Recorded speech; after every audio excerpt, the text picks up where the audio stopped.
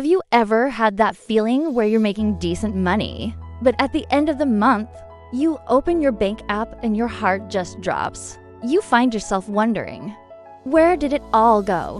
Most people think financial freedom is about earning more, but the reality is, I've seen people making six figures living on the edge of a breakdown, and I've seen people making half that with 2 years of expenses in the bank and total peace of mind. The difference isn't your salary, it's your relationship with stuff.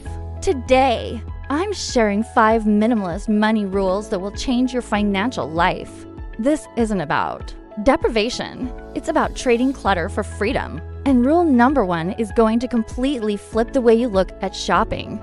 The first rule is calculate the cost per use. When you see something you want, stop looking at the price tag. That number is a lie. The true value is what you pay every time you actually use it. Think about it. A $60 dress you only wear once for a wedding costs $60 per wear. But a $100 pair of jeans you wear 200 times. That's only 50 cents per wear. The expensive item is actually much cheaper. This logic kills 90% of impulse buys. Before you buy that kitchen gadget or that trendy jacket, ask yourself, how many times will I honestly use this? If the cost per use is too high, put it back.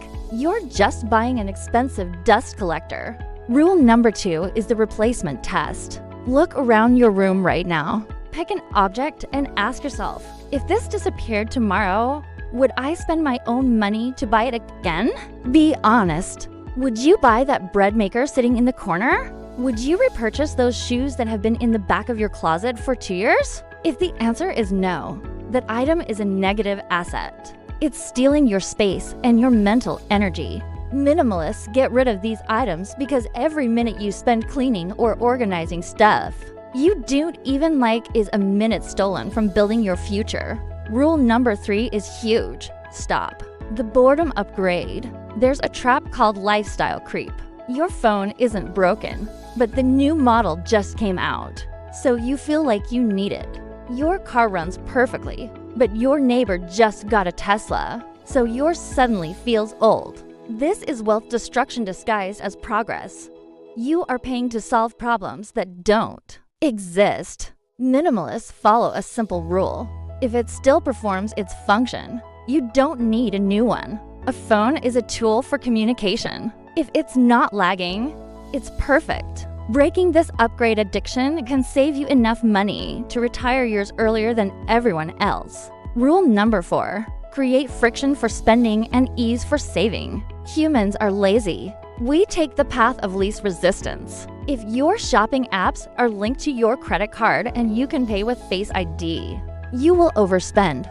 So, make it hard. Delete the apps, unlink your cards. Force yourself to manually type in those 16 digits every time. That 30 seconds of friction is often enough to let your logic override your emotions. On the flip side, make saving effortless. Set up an automatic transfer on payday. Move that money into your investments before you even see it. Never try to save what's left over, because there will never be anything left. Finally, rule number 5, define your enough. The reason people stay on the financial treadmill forever is because they never draw a finish line. When their income goes up, their desires go up too.